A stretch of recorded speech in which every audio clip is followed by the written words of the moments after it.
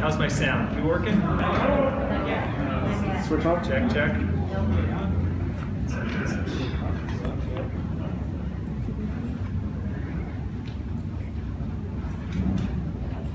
How about now? Check. 1, 2, 3. Nope. Not yet. 1, 2, 3. How we doing? Not quite. Yeah. Now, can you guys hear me? Yeah. I want to start by welcoming some new members. They've been actually coming for a while, but they're placing membership in our church, and we want to give them a super warm welcome. And you probably recognize them, Johnny and Emma Ridley.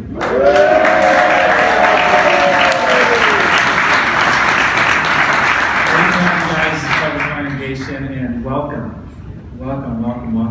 We're starting a series called All In this month. And the goal is for all of us to be all in toward God. To be just heart and soul, like, I love God, I'm fired up, I'm connected. And my prayer is that at the end of this month, you feel like I'm all in there. Even if right now you feel like I'm 10% in. By the end of this month, February, you're like, I am 100% in my relationship with God, in the kingdom of God. I am fired up. Before I get into that, though, I got to say a quick welcome to Rosalia Bailey, who's here visiting.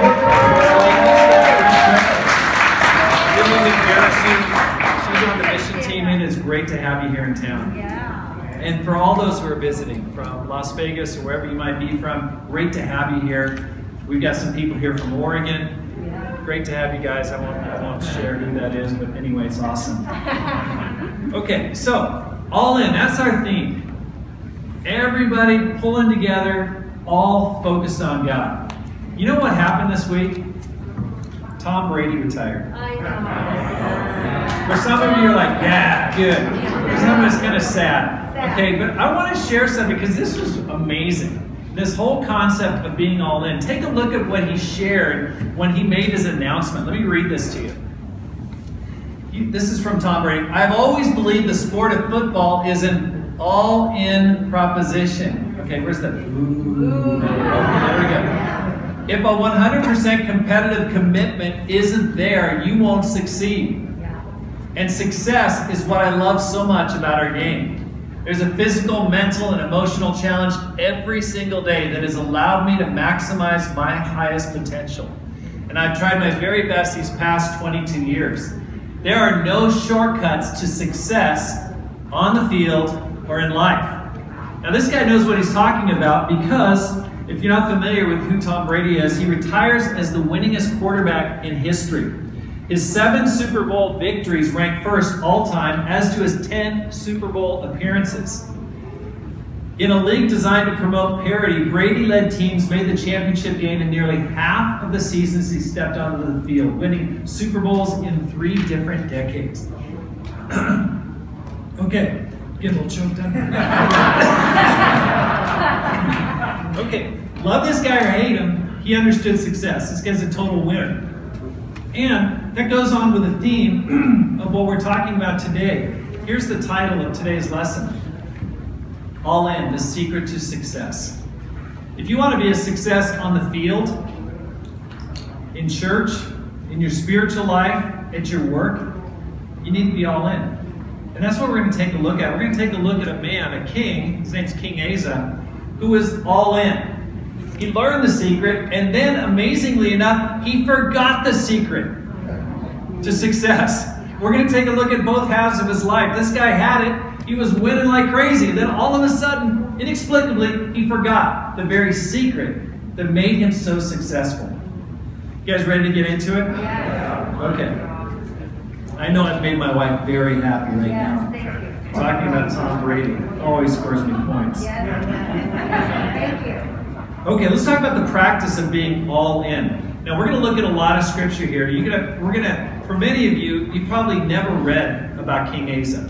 Maybe you have, maybe you haven't. But we're going to read through so you get a little context of what's happening. I'm going to start reading. Oh, thank you. Gosh,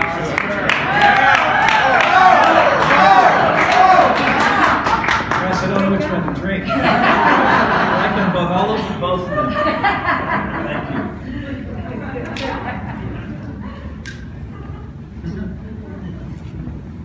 Okay, so we're going to read this chapter. Let's go ahead and get right into it. So pull out your Bibles to 2 Chronicles chapter 14. 2 Chronicles chapter 14. If you've got a Bible there, let's start reading. And Abijah rested with his ancestors and was buried in the city of David. Asa his son succeeded him as king, and in his days the country was at peace for 10 years. Asa did what was good and right in the eyes of the Lord his God. He removed the foreign altars in the high places, smashed the sacred stones, and cut down the Asherah poles. He commanded Judah to seek the Lord, the God of their ancestors, and to obey his laws and commands. He removed the high places and the incense altars in every town in Judah, and the kingdom was at peace under him. He built up the fortified cities of Judah, since the land was at peace. No one was at war with him during those years, for the Lord gave him rest. Let us build up these towns, he said to Judah, and put walls around them with towers, gates, and bars. The land is still ours because we have sought the Lord our God. We sought him, and he has given us rest on every side. So they built and prospered. Asa had an army of 300,000 men from Judah, equipped with large shields and with spears, and 280,000 from Benjamin, armed with small shields and with bows. All these were brave fighting men. Zerah the Cushite marched out against them with an army of thousands upon thousands. Okay, it's better translation, probably 1,000 times 1,000. It's got a 1,000,000-man army and 300 chariots, and came as far as Mareshah. Asa went out to meet him, and they took up battle positions in the valley of Zaphatha near Mareshah. Then Asa called to the Lord his God and said, Lord, there is no one like you to help the powerless against the mighty. Help us, Lord our God, for we rely on you, and in your name we have come against this vast army. Lord, you are our God. Do not let mere mortals prevail against you. The Lord struck down the Cushites before Asa and Judah. The Cushites fled, and Asa and his army pursued them as far as Gerar. Such a great number of Cushites fell that they could not recover. They were crushed before the Lord and his forces. The men of Judah carried off a large amount of plunder. They destroyed all the villages around Gerar, for the terror of the Lord had fallen on them. They looted all these villages, since there is so much plunder there. They also attacked the camps of the herders and carried off droves of sheep and goats and camels. Then they returned to Jerusalem. Okay, so if you haven't had a quiet time today, you just haven't, right? You just qualify. You just check that little box right there. Boom. You have one right there. Okay, so let's get into a little background information about Asa. He reigned from about 913 to 910 BC. To 873 BC. About a 41-year reign. And a long reign. He's the fifth king after David. So you've got David, Solomon, then you've got Rehoboam, and then his father Ahijah. And he's the third king of this broken tribe of Judah. So he was described in this passage as doing what was good and right in the eyes of the Lord. He's got a high rating. You know, the football quarterbacks have got a quarterback rating. This guy ranks pretty high. Now, he does some things that you kind of wonder, like, ooh, overall, he's a really good king. Why? Well, you read about it. The guy goes nuts. He starts eliminating all the idolatry. He's smashing altars. He's building things up. He takes action. He's getting people turned back toward God. And the result of this was 10 years of peace. Now, we may look at that and go, what's the big deal? That's not a big deal. It's not a big deal today, but back then it was more common to have warfare, and it was uncommon to have periods of peace. Typically, it's like you're at war all the time, fighting somebody. Nowadays, it's like, oh, well, we had the Vietnam War, and then we had Desert Storm, but pretty much we expect there to be a peaceful period. But 10 years into his reign, he gets tested. He faces a 1,000,000-man army coming up from Egypt. And one commentator says that probably about 900,000 infantry, 100,000 cavalry. He's got 300 chariots. So this, I want you to imagine, this showdown, although it's not totally apparent by reading it, it's kind of like David versus Goliath. He's got about half the men facing this outstanding army.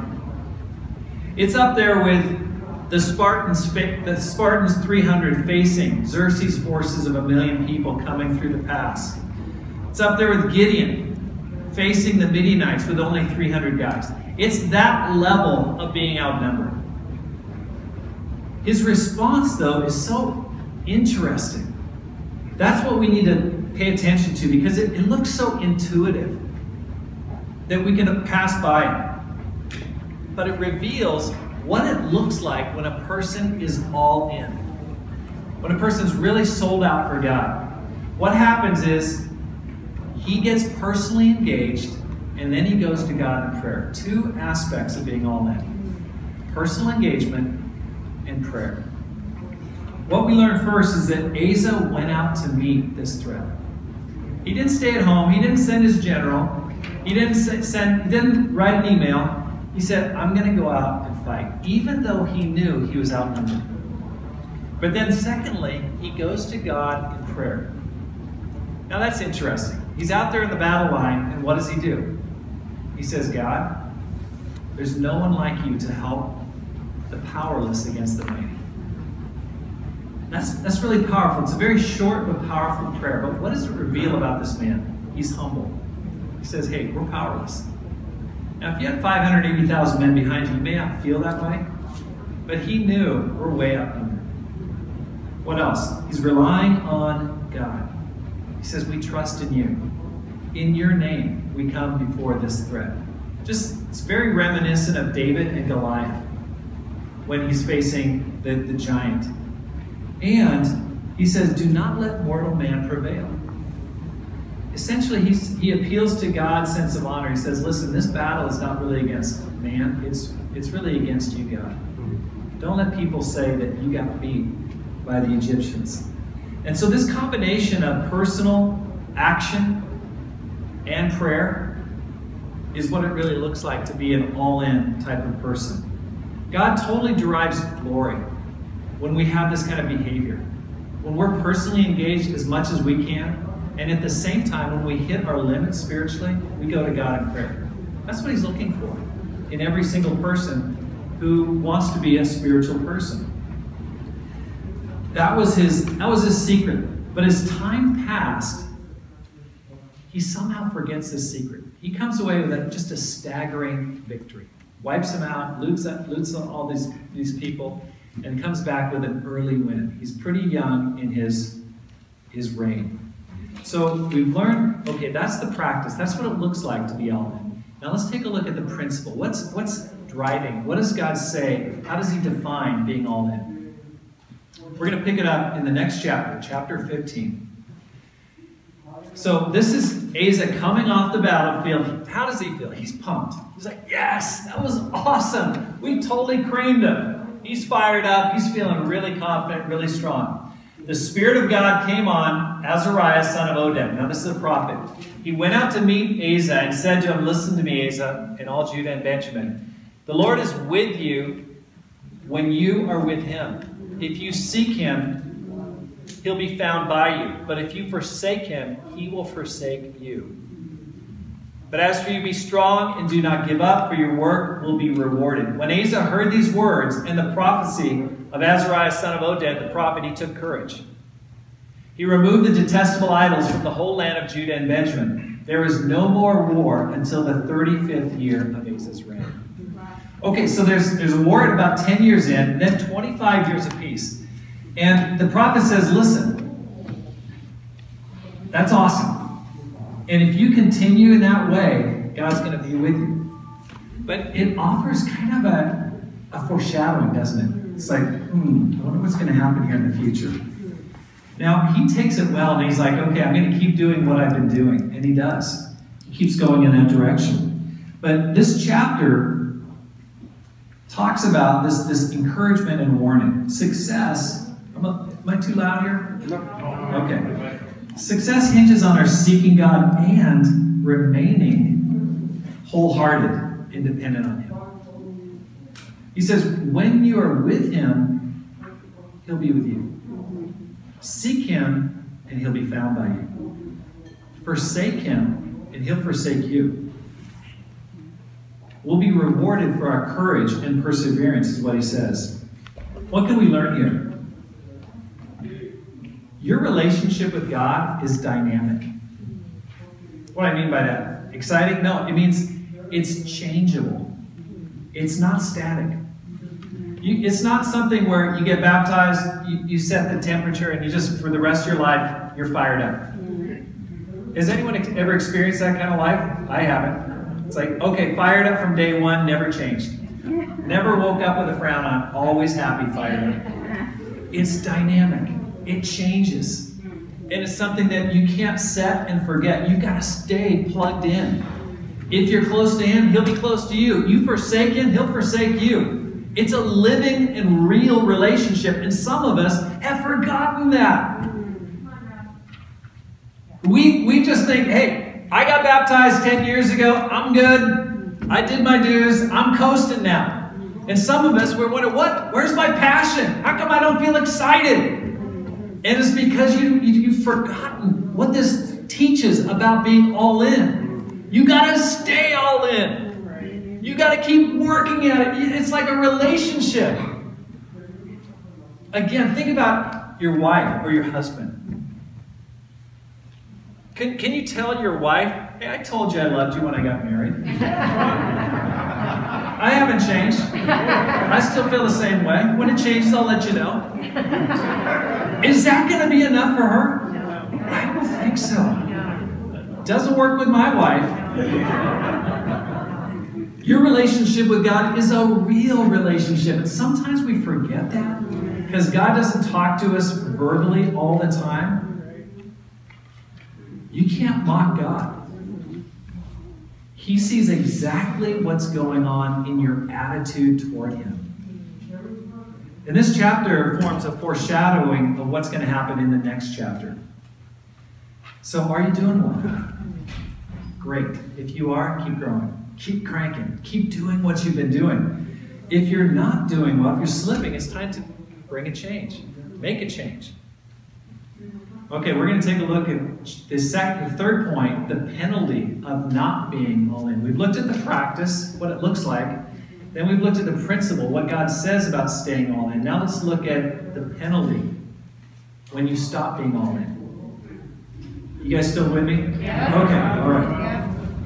Let's start reading chapter 16. Is it a little too warm in here for you guys? Yes. Yes. Okay. Can we turn down the, can we get the janitor to turn down the temperature a little bit? It just turned on the air. Okay. Awesome. Thank you. I saw a few of you. Nappy time. Okay. Okay, 2 Chronicles chapter 16. It says, in the 36th year of Asa's reign, Baasha, king of Israel, went up against Judah and fortified Ramah to prevent anyone from leaving or entering the territory of Asa, king of Judah. Asa then took the silver and gold out of the treasuries of the Lord's temple and of his own palace and sent it to Ben-Hadad, king of Aram, who was ruling in Damascus. Let there be a treaty between me and you, he said, as there was between my father and your father. See, I'm sending you silver and gold. Now break your treaty with Baasha, king of Israel, so he'll withdraw from me. Next slide. Ben-Hadad agreed with King Asa and sent the commanders of his forces against the towns of Israel. They conquered Ijon, Dan, Abel-Maim, and all the store cities of Naphtali. When Baasha heard this, he stopped building Ramah and abandoned his work. Then King Asa brought all the men of Judah, and they carried away from Ramah the stones and timber Baasha had been using. With them he built up Geba and Mizpah. At that time, Hanani the seer came to Asa, king of Judah, and said to him, because you relied on the king of Aram and not on the Lord your God, the army of the king of Aram has escaped from your hand. Were not the Cushites and Libyans a mighty army with great numbers of chariots and horsemen? Yet when you relied on the Lord, he delivered them into your hand. For the eyes of the Lord reigns throughout the earth to strengthen those whose hearts are fully committed to him. You have done a foolish thing, and from now on you will be at war. Asa was angry with the seer because of this. He was so enraged that he put him in prison. At the same time, Asa brutally oppressed some of the people. The events of Asa's reign, from the beginning to end, are written in the book of the kings of Judah and Israel. In the 39th year of his reign, Asa was afflicted with a disease in his feet. Though his disease was severe, even in his illness, he did not seek help from the Lord, but only from the physicians. Then in the 41st year of his reign, Asa died and rested with his ancestors. They buried him in the tomb that he had cut out for himself in the city of David. They laid him on a bier, covered with spices and various blended perfumes, and they made a huge fire in his army. Okay, this one kind of brings you down a little bit, doesn't it? Okay, first, awesome early victory. And then all of a sudden, what happened to this guy? This guy was a total winner. What triggered this war, an invasion? Okay, he gets into another fight. But the northern tribes, the 10 northern tribes, come in and start attacking him. And they start fortifying some cities. What's happening here? Well, here's the background. After Asa started winning in that first battle, everyone hears about it and they want to join the southern tribes. They go, God is totally with King Asa. We want to be with him. So all of those people from the northern tribes, they start heading south. And they start migrating to the kingdom of Judah. Well, what does the king of Israel think? We need to put up an iron curtain. Remember World War II? After that, the Russians, they put like a barrier to keep people from going to the west. That's exactly what's going on here. He assembled all Judah and Benjamin, the people from Ephraim, Manasseh, and Simeon who had settled among them, for large numbers had come over to him from Israel when they saw that the Lord his God was with him. You know, when you're close to God, people are attracted to you. People want to be with you. When you're not close to God, you're just another name. But there's something about Asa that people are like, I want to be with that guy. He's a winner spiritually. He's all in. And so everyone who's like that wants to be with him. So that's why this battle started. Essentially, Baasha is like, that's got to stop. I'm losing all my people. So they get in a fight.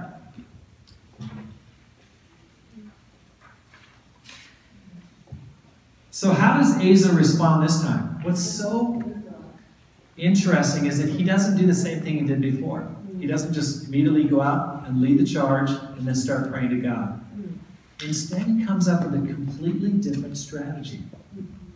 What does he do? He doesn't seem to think that this is as big a threat as the Egyptians, the Cushites. And it may have been because he knew Baasha. Maybe he thought, I know these guys. These are like my cousins. They really can't fight as well. He doesn't personally get engaged in the battle. He doesn't himself go out and fight. And he doesn't pray to God. He doesn't go all in this time. Instead of relying on action and God, what does he rely on? Money,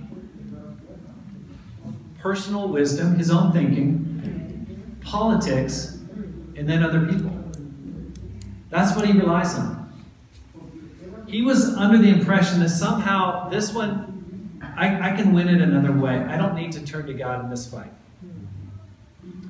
And Asa seems to have forgotten the lesson from his victory 25 years earlier. Now, let's just say it. His technique works. He gets relief. Baasha pulls back. The battle basically gets extended, but it works for him. But there's a penalty for it. The prophet comes and says, guess what? You're going to be at war from now on. Now, two things happen when we don't go all in for God. First of all, worldly fixes and hacks tend to push the problem down the road, but they don't bring enduring success in our lives. He wins a temporary, he wins like a short respite, but not a real victory. And secondly, self-reliance starts a domino effect of sin in this great king's life. What does he do? He gets mad at the prophet who comes and corrects him. He gets mad at this guy. And what he does is this prophet comes and says, listen, what you've done is really foolish. So how does he respond? He goes, oh yeah, I blew it. I'm going to do better next time. No. He knows it's the truth. And so he tries to put the truth away. He puts that prophet in jail. And then he starts brutally oppressing people that agreed with that prophet. So instead of just going, hey, I just made a mistake, I was self-reliant, he attacks the messenger of God.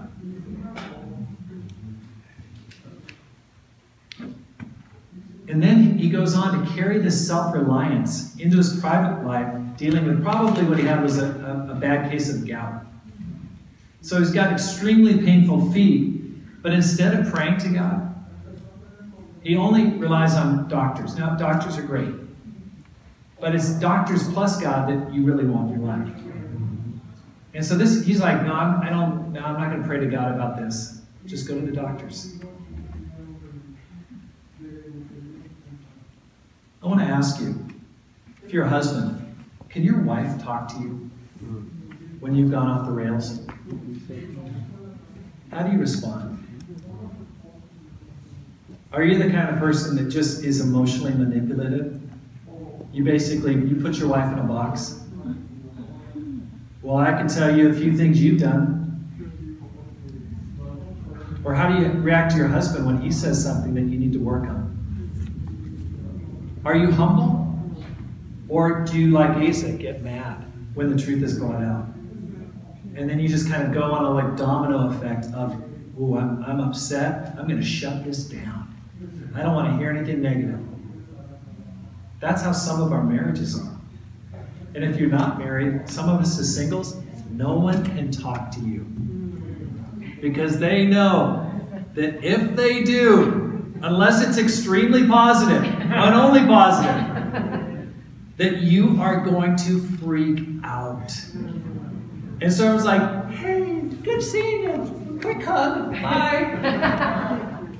Because you have this self-reliance. You can't take in on it. You get angry. You get triggered. You get hurt. And you lash back or shut down and pull back. And so you end up being so isolated. Asa was a good man. Overall, he was a good king. In chapter 15, verse 7, it says, Asa's heart was fully committed to the Lord all his life. Okay, unfortunately, this guy, the Bible is very, very honest. And so this is one incident in this guy's life. Unfortunately, it happens at the very end. It would be so much better if it was reversed, wouldn't it? Yeah. He totally blew it at the beginning, but he turned it around at the end. Anyone a Peyton Manning fan, football fan? Nobody. Okay, we got 1, 2, 3. Okay, good. I love Peyton Manning. I know that's heresy in my house because my wife's a major Boston fan. I like that guy. When he's with the Colts, I thought he was great. Then he went to Denver.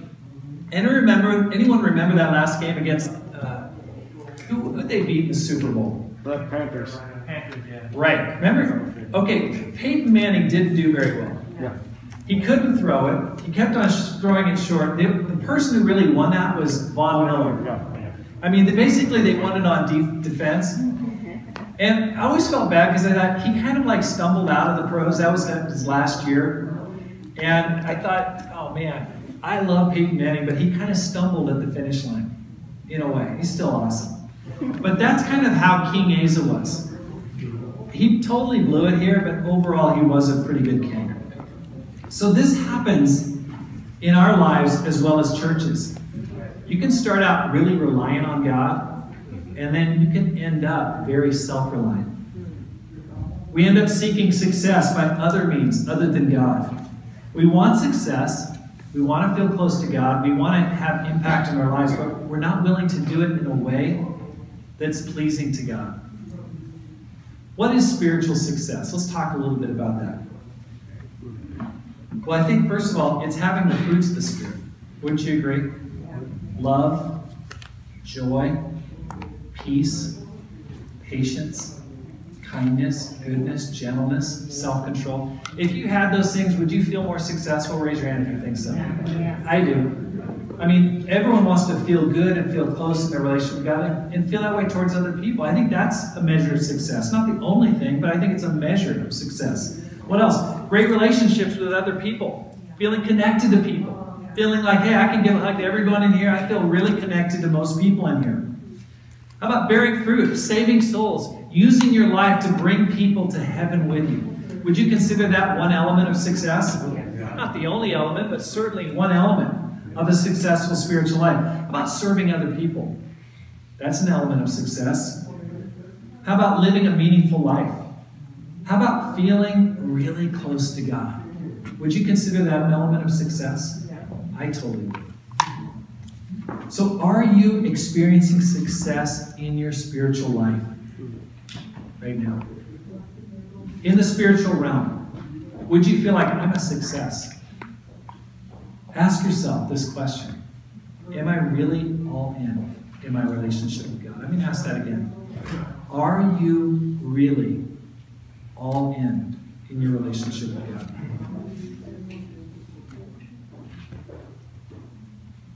Am I showing up personally? Am I really praying sincerely? Or am I relying on other things to bring me joy and success? Well, I'm really focused on my work. I'm really focused on this relationship with this person. I'm really focused on my next promotion, where I'm going to go to school. I'm going to do this. I'm going to do that. It's everything but the spiritual realm. Look at how God feels about this approach to success. Let's look at this next one. Hopefully you've got it here. When you relied on the Lord, He delivered them into your hand. For the eyes of the Lord range throughout the earth to strengthen those whose hearts are fully committed to Him. You've done a foolish thing, and from now on you'll be at war.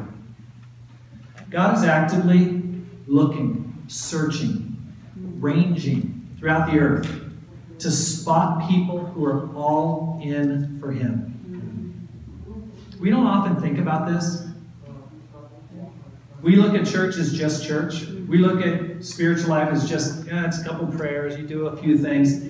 We don't think very often like God is looking. He's scanning this audience. Who's all in? Who's sold out for me? And He's looking like for fine pearls, for treasure, for gold. A fully committed heart is something He esteems more than anything. Now, if you're thinking, okay, why is He going after me here? What's up with this? Think about Jesus. This is the heart of God.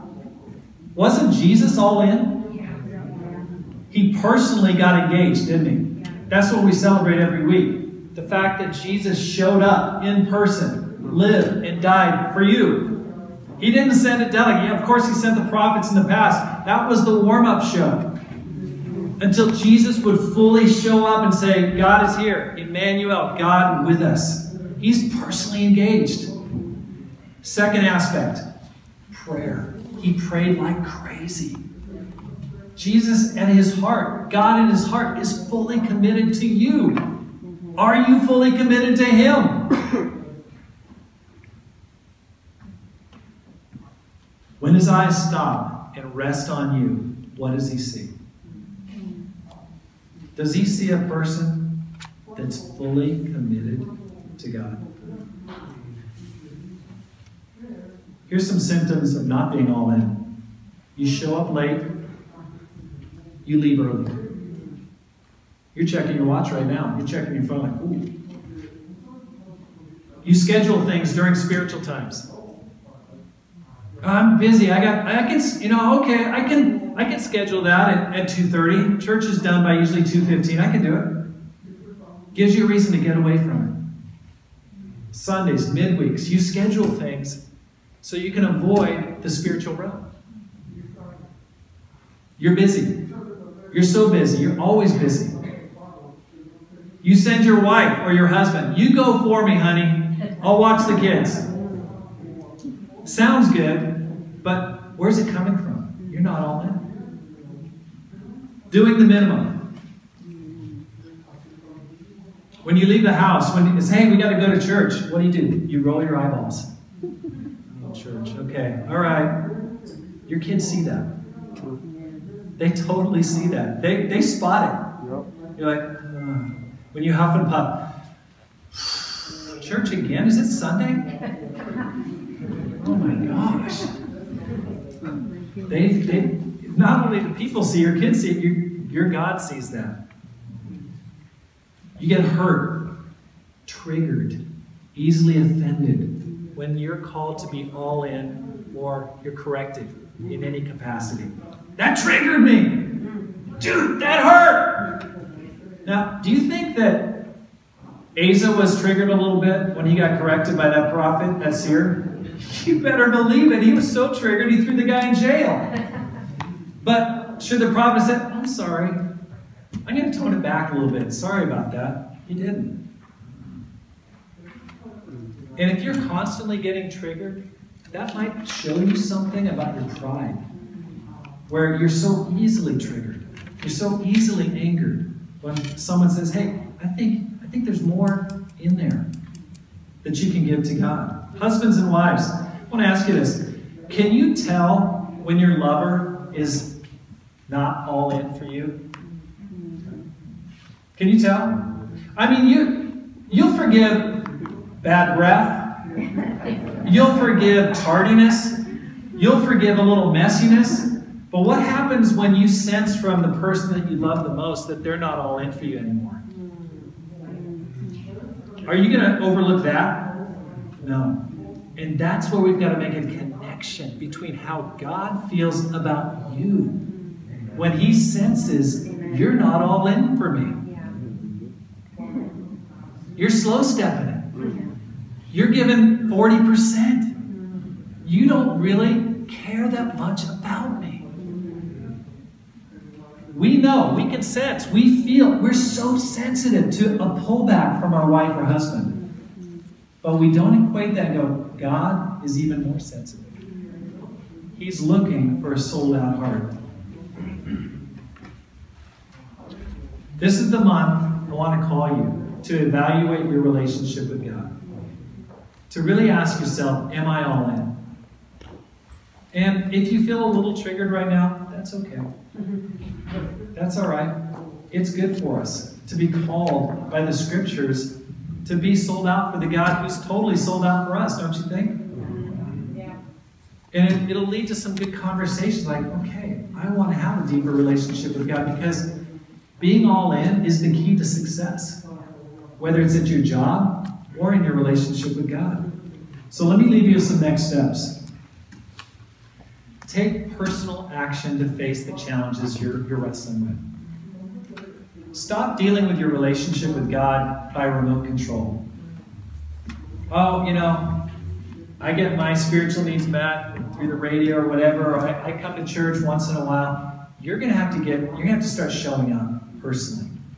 You're going to have to start reading your Bible. You're going to have to start praying. You're going to have to start doing the things that will lead you to grow spiritually. Secondly, pray to God for deliverance.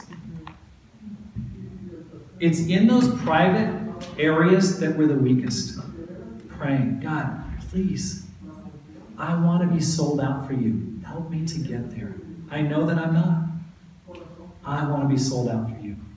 And third, repent of reliance on the broken reeds of money, human wisdom, politics, and people. So often we get hung up. I'm just going to pursue money. Well, I'm older now. So I don't have to be as sold out as I was when I was a teenager or in college. That's exactly, I bet, what Asa thought. But there's no age limit on being all in for God.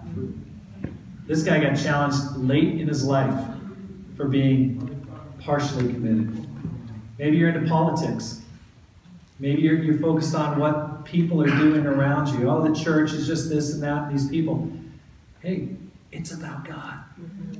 He wants to know one thing. Are you all in? I pray this month, at the end of this month, you'll say, yes, I am all in. Thank you.